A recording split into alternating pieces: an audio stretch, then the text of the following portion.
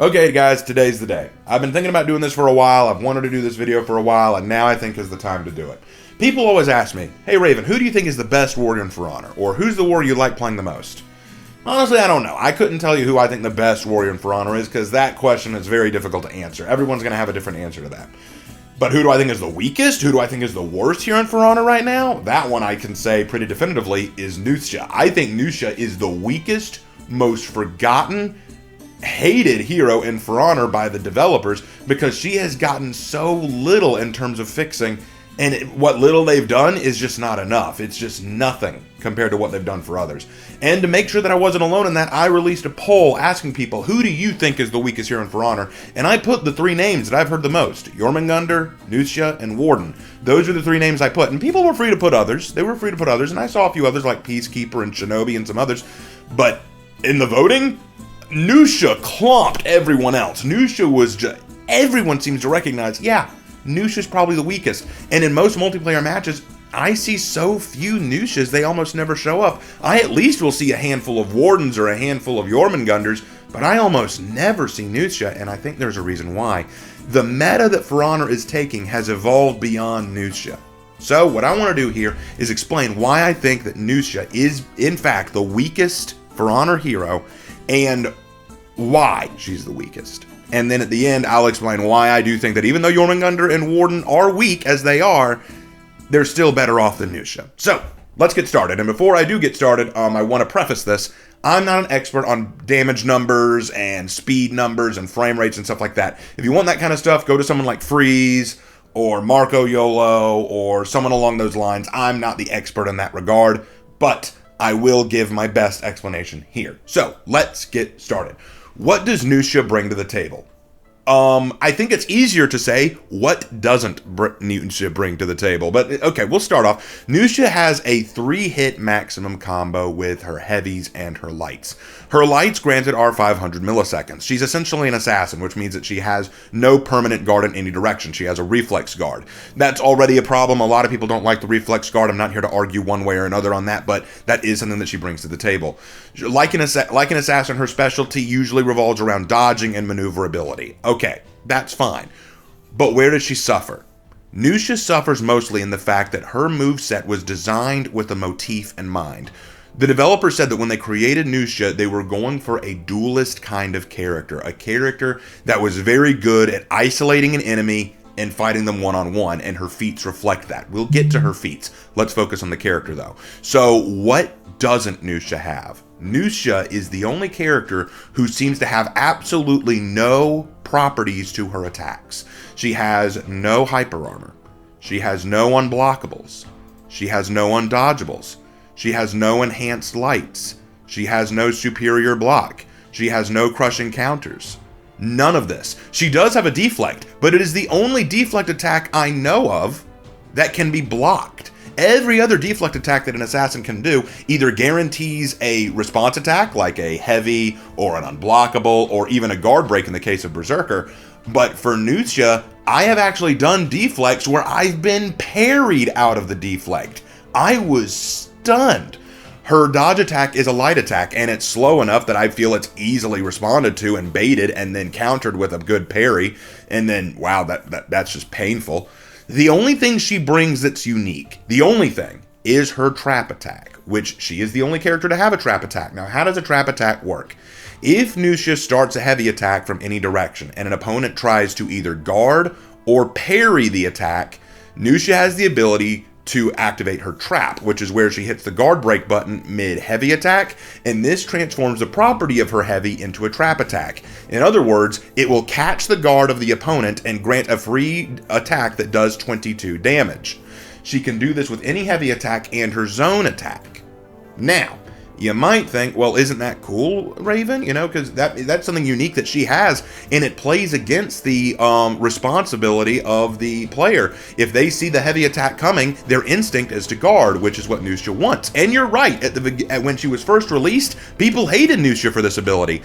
But, like I said, the game has evolved now. This attack style was very good against heavy characters like Conqueror or Black Prior or Shugoki, because these characters were not very mobile. They were stationary, they were tanks, so they were used to blocking attacks and parrying. She was very good at dealing with those tanky characters. But now every character has the one thing that the trap attack can't counter: dodge attacks. Every character, including the heavies, now have either dodge bashes, dodge lights, dodge heavies. So anytime you see a heavy attack coming from Nuxia, the smart decision is to do your dodge attack, because whether it follows through or whether it's a trap attack, odds are pretty good you're going to land it. Now, of course, that's why some Nuxia players will cancel the heavy attack outright and just do a guard break to try to catch you, and you better hope your frame rate is faster than them, because against someone like Jugoki who does a dodge headbutt, or an Orochi who does their dodge light, it can be very difficult to catch them off guard, and that just becomes a pain in the butt. So what it comes down to is the trap attack that Nuxia is so famous for can be easily countered by smart players who know about its weaknesses. Its major weakness, what I think annoys me the most, is if I try to do a trap attack and an opponent just emotes in front of me, because if they're emoting, the trap attack won't go through for obvious reasons. So frankly, the trap attack, while a cool concept, is easily countered, and it wouldn't be so bad if Nuxia had other things at her disposal that could help her. Unfortunately, she doesn't have a whole lot. Granted, her final heavy attack does have the ability to displace an opponent and even get a wall splat if done in the right direction, but the problem is landing that third heavy can be a really difficult proposition when their attacks are slow enough that you can anticipate them coming or just dodge out of the way of them. Big sads. Now, you might think, okay, Raven, I get it. She doesn't have all the best properties, but how can you say that that's a bad thing? Again, her whole motif is around fighting one-on-one. Yes, but another one of the meta changes that have been coming to For Honor is they want to incentivize gank and anti-gank tactics. A lot of their heroes are created with the idea of here's what's going to happen in a 4v1 scenario. Here's how you can counter people with this hero in a 4v1 scenario, or in a 4v4 scenario, or in ganking situations. Nuxia has never gotten that update. All of her capabilities are built around the idea of isolating an enemy and fighting them one-on-one. She does not have any anti-gank measures that will help her if she gets overwhelmed. She is, in essence, one of the weaker characters, because in the new meta, where every character has a dodge attack, and every character is built around the idea of ganking or counter-ganking, she just hasn't been able to keep up with the rest. Now, some people try to argue that the reason that you can't call Nuxia the weakest, because she still has some moves that help her out, like fast light spam.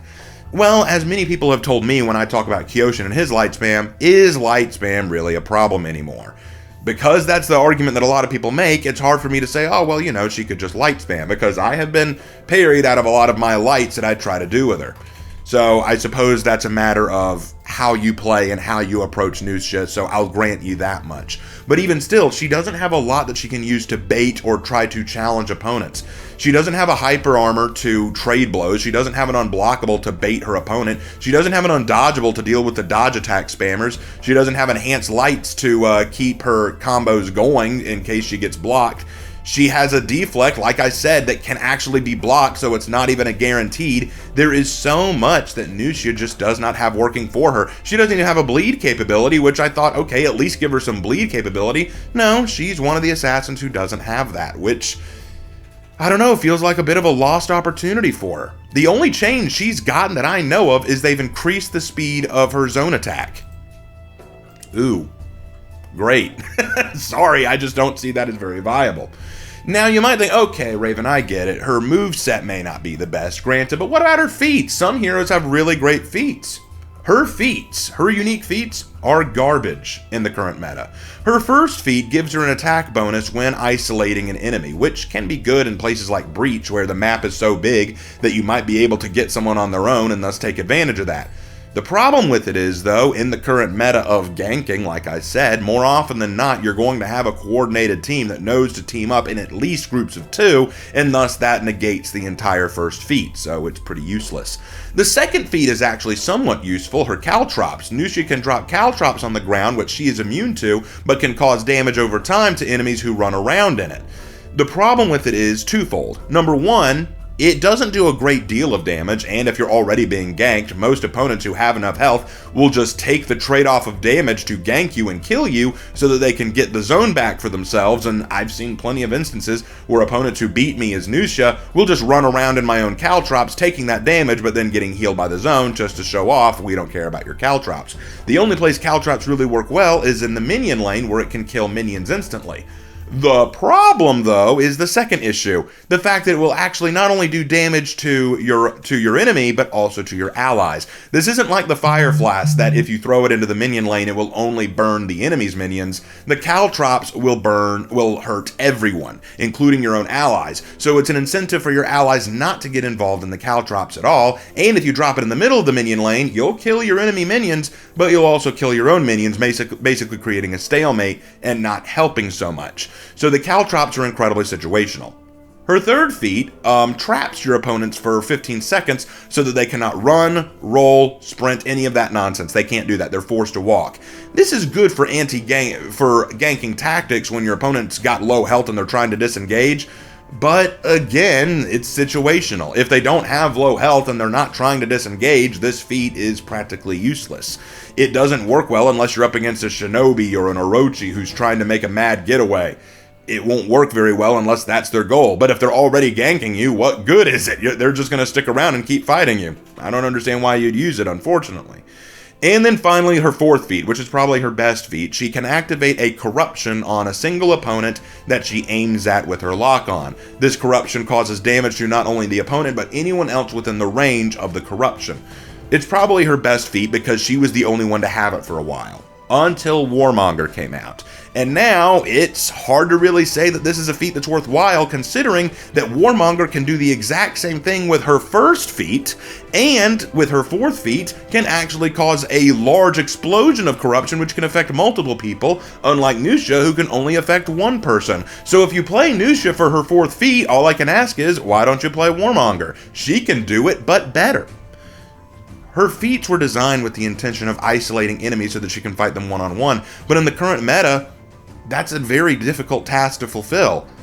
So, unfortunately, Nuxia is one of the weaker tier heroes by default. Now, does that mean that she can't be used effectively?